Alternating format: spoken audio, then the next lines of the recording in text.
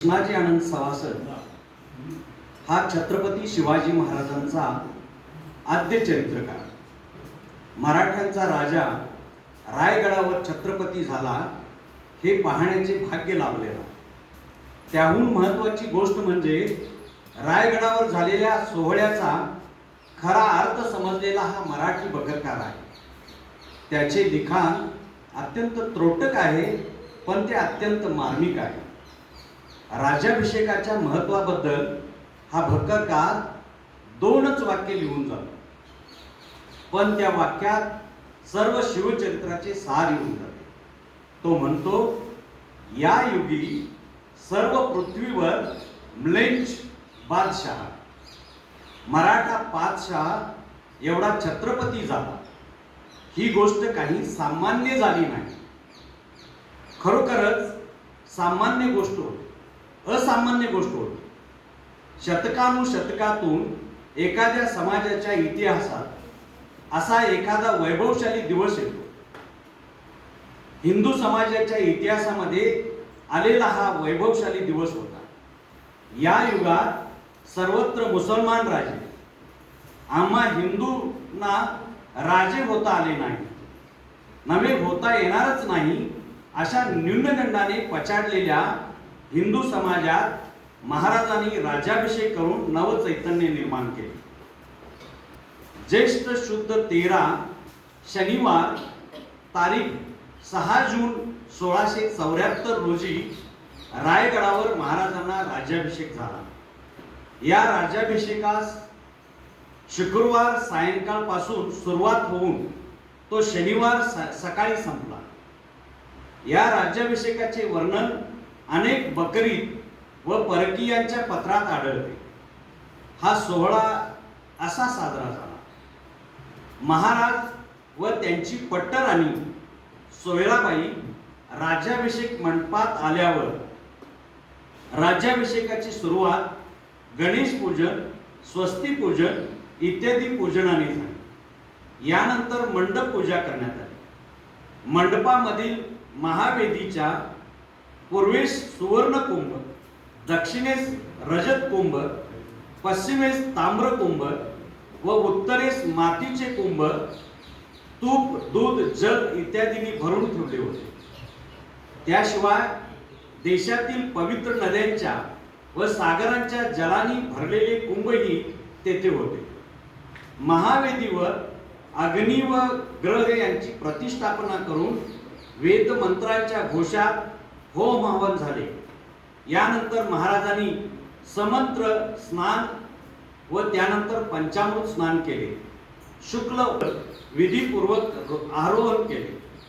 नंतर अग्निपूजा केल्यावर महाराज अभिषेक शाळेत गेले। अभिषेक व सिंहासनारोहण असे राज्याभिषेकाचे दोन प्रमुख विधी होते। आता अभिषेक शाळेत अभिषेकाला सुरुवात होणार होती। अभिषेक शाळेत सोन्याचे आसन तयार केले होते। त्या आसनावर महाराज, सोयराबाई व युवराज संभाजीराजे यांनी आरोहण केले। यावेळी अष्ट दिशांना महाराजांचे अष्टप्रधान उभे होते। पूर्वेला पंतप्रधान मोरोपंत तुपाने भरलेला सोन्याचा कलश घेऊन उभे होते। आग्नेयेस अण्णाजी पंत सचित्र छत्र घेऊन उभे होते। दक्षिणेस हंबीरराव मोहिते सेनापती दुधाने भरलेला रौप्य कलश घेऊन उभे होते। पश्चिमेस रामचंद्र पंत अमात्य दह्याने भरलेला ताम्र कलश घेऊन, तर वायव्येस दत्ताजी पंत मंत्री मोर्चे घेऊन उभे होते। याशिवाय अनेक अधिकाऱ्यांच्या हाती पवित्र नद्यांच्या जलांनी भरलेले कलश होते। या सर्वांनी वेद मंत्रांच्या घोषात महाराज, पट्टराणी व युवराज यांच्यावर अभिषेक केला। यावेळी वाद्यांचा गजर झाला। 16 ब्राह्मण सुवासिनींनी महाराजांना सोन्याच्या पंचारत्या केल्या। यानंतर महाराजांनी पुन्हा स्नान करून काशाच्या परातीतील तुपात आपले मुख पाहिले।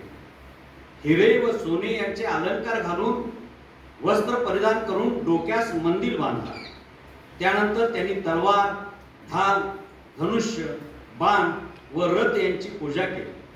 सत्पुरुष मातुश्री जिजाबाई व वडीलधाऱ्या मंडळी गागाभट व इतर पंडित यांना नमस्कार करून त्यांच्यासह महाराज राजसभेत सिंहासनारूढ व्हायला गेले.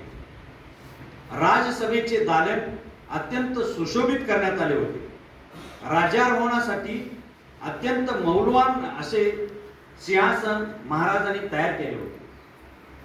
त्याच्या 8 दिशांना 8 रत्नजडित स्तंभ होते. राज्याभिषेकाच्या वेळी महाराजांच्या मस्तकावर धरावयाचे छत्र जडावयाचे मोतीलक झालरीचे होते. सभासद म्हणतो की महाराजांनी 32 मन सोन्याचे हे सिंहासन तयार करून कोशातील मौल्यवान रत्ने त्यामध्ये जडवली होती. सर जदुनाथ सरकार म्हणतात 32 मन म्हणजे 14 लक्ष रुपयांचे सोने. रत्नांची किंमत निराळी. त्याशिवाय हे सिंहासन करीत असताना दिल्लीचे मयूर सिंहासन शिवाजीच्या दृष्टीपुढे असायचे. राज्यारोहणाच्या प्रसंगी हजर असलेला ऑक्सिडन हा इंग्रज वकील राज्यसभेचे वर्णन करताना म्हणतो, सिंहासनाच्या दोन्ही बाजूंना सुवर्णांकित भाल्याच्या टोकावर अनेक अधिकारदर्शक व राजसत्तेची चिन्ह असल्याचे आम्ही पाहिले. उजव्या हाताला 2 मोठमोठ्या दातांच्या मत्स्यांची सुवर्णाची शिरे होती. डाव्या हाताला अनेक अश्वपुच्छ व मूल्यवान भाल्याच्या टोकावर समपातीत लोंबणारी सोन्याची तराजूची पारडी न्यायचिन्ह म्हणून तळपत. याशिवाय सभागृहाच्या भिंती शुभ लक्षणी चिन्हांनी व चित्रांनी सुशोभित करण्यात आल्या. मोत्यांच्या झालरी छत शृंगारला होता. सभागृहाच्या प्रवेशद्वारी 2 शुभ लक्षणी हत्ती सुवर्ण अलंकारासह उभे होते. ब्राह्मण पंडित, अष्टप्रधान, चिटणीस यांच्यासह महाराजांनी सभागृहात शुभ प्रवेश केला. सिंहासनाजवळ येताच त्यास वंदन करून त्यास पायाचा स्पर्श न करता वेद मंत्राचा घोष चालू असताना महाराजांनी सिंहासनावर आरोहण केले. युवराज संभाजीराजे, गागाभट व पंतप्रधान मोरोपंत हे सिंहासनाच्या खालच्या पायरीवर आसनस्थ झाले. इतर प्रधान, राज्यातील अधिकारी, निमंत्रित मंडळी, ब्राह्मण पंडित वगैरे त्यांना नेमून दिलेल्या जागी उभे होते. मातोश्री जिजाबाईंच्या समोर हा सोहळा उभा होता. महाराजांनी सिंहासनारोहण करताच वाद्यांचा गजर झाला, दुदंबी सडल्या, रायगडावर तोफांचा गडगडाट झाला. त्याचबरोबर स्वराज्यातील सर्व किल्ल्यांवरून तोफा कडाडू लागल्या. त्यांनी दश दिशांना गर्जून जाण्यास सांगितले. मराठ्यांचा राजा सिंहासनावर बसला.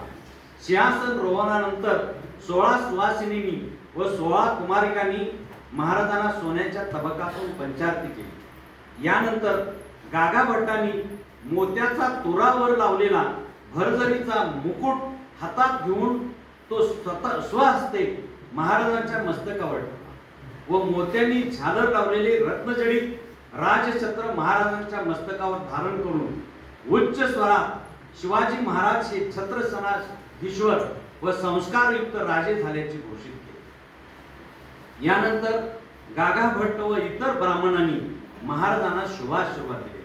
पंतप्रधान मोरोपंत यांनी महाराजांना मुजरा करून 8000 होणांचा अभिषेक केला. यानंतर प्रत्येक प्रधानाने महाराजांना असाच होणांचा अभिषेक केला. त्यानंतर इतर अधिकाऱ्यांचे मुजरे झाले. इंग्लिश, डच, पोर्तुगीज इत्यादी परकीयांच्या वकिलांनी महाराजांना प्रणाम करून नजराणे दिले. लवकरच महाराजांची स्वारी अस्वारूढ होऊन वैभवाने गडावरील देवदेवतांचे दर्शन घ्यावयास निघाले. काही अंतर गेल्यावर महाराज सुवर्णांकारांनी सजवलेल्या गजावर आरूढ झाले. या गजावर माहूत होते खुद्द सेनापती हंबीरराव. अंबारीत महाराजांच्या मागे खुद्द पंतप्रधान मोर्चे धरले होते. मंगलवाद्यांच्या गजरात मिरवणुकीने महाराजांनी गडावरील देवदेवतांचे दर्शन घेतले. मार्गावर अनेक ठिकाणी त्यांच्यावर फुलांची वृष्टी करण्यात आली. पंचारत्या झाल्या. देवदर्शनानंतर राजसभेत परत येऊन कुलदैवत मातुश्री यांना महाराजांनी वंदन केले. यानंतर महाराजांचा सोहळा संपला. महाराजांनी या सोहळ्यासाठी अपार दानधर्म केले. विद्वान पंडित, ब्राह्मण, संत महंत, तडी तापसी इत्यादींना मुक्त हस्ते दान दिले. 14,000 होऊन केवळ दक्षिणेवर खर्च झाले. गागा भटांना 7,000 होऊन दक्षिणा म्हणून देण्यात आली. 7 जून 1674 रोजी सुरू झालेला दान धर्म पुढे 12 दिवस चालू होता. रायगडावरून कोणीही रिक्त हस्ते परत गेला नाही. या समारंभात सभासदांच्या म्हणण्याप्रमाणे 1,42,00,000 होऊन खर्च आला. तर जदुनाथ सरकारांच्या मते एकंदरीत खर्च सुमारे 10,00,000 होऊन आला असा. राज्याभिषेकाचे हिंदुस्थानाच्या इतिहासातील महत्व. कृष्ण नृसिंहासारखा मूढ पंडितांनी या जगात क्षत्रियच नाहीत, मग हिंदूंच्या मध्ये राजा कसा निर्माण होऊ शकेल असा अपसमज व न्यूनगंड हिंदू समाजात पसरवला होता. या न्यूनगंडाविरुद्ध महाराजांना झगडावे लागले व खुद्द क्षत्रिय असतानाही हे सिद्ध करण्यासाठी खटाटोप करावा लागला. त्यात ते यशस्वी झाले. राज्याभिषेकाने हे आता जाहीर करण्यात आले की क्षत्रिय नाहीसे झालेले नाहीत, ते जिवंत आहेत, ते राज्य संस्था निर्माण करू शकतात. समस्त हिंदू समाजाला दिलासा व चैतन्य देणारी ही घटना होती. सर्व हिंदुस्थानावर इस्लामी वर्चस्व निर्माण झाले असता त्याविरुद्ध महाराजांनी बंडाचा झेंडा उभारला आणि ते वर्चस्व झुगारून ते यशस्वी झाले. या इस्लामी लाटेपुढे यादवांचे सामर्थ्यशाली साम्राज्य हतबल होऊन नष्ट झाले. विजयनगरचे साम्राज्य ही शेवटी नाश पावले आणि हिंदू समाजात एक प्रकारची अवकळा प्राप्त झाली. चैतन्यहीन गोळ्यासारखा हिंदू समाज पडून होता. त्यात शिवाजी महाराजांच्या अभिषेकाने चैतन्य भरले, जिवंतपणा आला. हिंदूंचे राजपद निर्माण केले, आपल्या समाजाला उन्नत केले. महाराजांनी स्थापन केलेल्या राज्य केवळ मराठ्यांनाच प्रेरक नव्हते, तर इस्लामी वर्चस्वाखाली राहणाऱ्या इतर प्रांतातील असंतुष्ट प्रजेसही ते प्रेरक ठरणारे होते. इस्लामी सत्तेला यशस्वीपणे आव्हान देणारी हिंदूंची एक सामर्थ्यशाली सत्ता म्हणून हिंदुस्थानातील सर्व जाती धर्मांच्या महाराजांच्या राज्याकडे आता पाहू लागले. महाराजांचे राज्य केवळ जावळीच्या चंद्रराव मोऱ्यांचे राज्य नव्हते. एवढेच नव्हे तर ते आदिलशाही सारखे राज्य नव्हते. कारण जावळीचा चंद्रराव हा नावाचाच राजा होता. आदिलशाही सुलतानाने त्यांना मोगलांचे स्वामित्व स्वीकारले होते. महाराजांनी स्थापन केलेले राज्य हे स्वतंत्र होते, ते सार्वभौम होते. ते विशाल व अथवा अपाट नसेल, पण ते कोणाचे स्वामित्व मानणारे नव्हते. हे विशेष आहे. राज्याभिषेकाने अशा राज्याची राजशास्त्रीय व धर्मशास्त्रीय दृष्ट्या खरी स्थापना झाली. राज्याभिषेकामधील हा अत्यंत महत्त्वाचा मुद्दा आहे, हे आपण लक्षात घेतले पाहिजे. महाराजांची सर्वात मोठी कर्तबगारी हीच आहे. या कर्तबगारीचा खरा आविष्कार राज्याभिषेकामध्ये दिसून आला. राज्याभिषेकाच्या संदर्भात आणखी एका घटनेची आठवण केली पाहिजे. महाराजांचे वडील शिवाजी राजांच्या ठिकाणी स्वतंत्र शाही निर्माण करण्याचे सामर्थ्य होते, पण त्याप्रमाणे त्यांनी स्वतंत्र निजामशाही निर्माण केली. अल्पवयाच्या निजामशहाला मांडीवर घेऊन स्वतंत्र शाहीचा पुकारा त्यांनी केला, परंतु स्वतःच राज्याभिषेक करून घेतला नाही. परिस्थितीमुळे म्हणा किंवा त्यांच्या विचारसरणीच्या मर्यादेमुळे म्हणा, त्यांना ते शक्य झाले नाही. महाराजांचे कार्य यापुढचे आहे. त्यांनी ही शाही निर्माण केली, पण स्वतःची शाही निर्माण केली, दुसऱ्यांची परकीयांची नाही. राज्याभिषेकाचे खरे महत्व हे आहे. राज्याभिषेकाने महाराजांच्या स्वराज्य निर्मितीच्या कार्यावर कळस चढवला. घटनात्मक दृष्ट्या खऱ्या अर्थाने स्वतंत्र सार्वभौम राज्य निर्माण होऊन त्याची घटना तयार झाली. अष्टप्रधान मंडळ हे घटनेचे मुख्य अंग होते. अष्टप्रधानापैकी काहींच्या नेमणुका यापूर्वी झाल्या असल्या तरी आता त्या संस्कृत नावानिशी राज्याचे एक अंग म्हणून स्थिर झाले. महाराजांनी पेशव्यास पंतप्रधान, मुजुमदारास अमात्य अशी संस्कृत नावे देऊन फारसी भाषेचे अतिक्रमण नष्ट करण्याचा प्रयत्न केला. खुद्द स्वतःसाठी विक्रमादित्य अशा प्रकारचे बिरुद न घेता ते छत्रपती असे केले. त्याचा अर्थ छत्र धारण करणारा राजा. या छत्राखाली सर्व प्रजेला न्यायाने व धर्माने वागवले पाहिजे, तिचे संरक्षण केले पाहिजे असे आश्वासन या पदवीत आहे. म्हणून ही पदवी घटनात्मक दृष्ट्या अधिक सार्थ आहे. असे आश्वासन महाराजांनी या समारंभाचे ऐतिहासिक महत्त्व चिरकाल राहावे यासाठी राज्याभिषेकापासून राज्याभिषेक शक सुरू केला. शक सुरू करणे म्हणजे सामान्य बाब नाही. शक सुरू करणे म्हणजे नवे युग सुरू करणे. अखिल हिंदू समाजात व हिंदवी राजकारणात या राज्याभिषेकाने नवे युग सुरू झाले. हेच महाराजांना या शकाच्या निर्मितीने घोषित करावयाचे होते.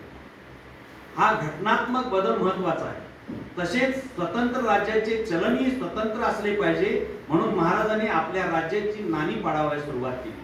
तांब्याचा पैसा शिवराई व सोन्याचा शिवराई होऊन ही महाराजांनी नवीन नाणी यावेळी प्रचारात आणली. महाराजांच्या राज्य कारभारात राज्याभिषेकाने नवे पर्व सुरू झाले. धर्मशास्त्रानुसार जे कायदे योग्य होते ते तसेच ठेवले गेले. काही नवे केले गेले. या कायद्याचे स्वरूप मुलकी, लष्करी, धर्मविषयक, न्यायविषयक असे होते. पूर्वीची लेखन पद्धती मुसलमान धाटणीची होती. ती बदलून महाराजांनी मराठी धाटणीची लेखन पद्धती निर्माण केली. त्यासाठी महाराजांच्या आज्ञेने बाळाजी आवजी चिटणीस या हुशार चिटणीसाने लेखन प्रशस्ती नावाचा ग्रंथ लिहिला. तसेच मराठी भाषेच्या राज्यकारभारात अधिकाधिक पुरस्कार करण्यात आला. मराठी भाषेवरील फारसीचे अतिक्रमण दूर करण्यासाठी रघुनाथ पंडितांनी महाराजांच्या आज्ञेवरून राजव्यवहार कोश निर्माण केला आणि राज्यकारभारातील फारसी नावानं संस्कृत नावे होती.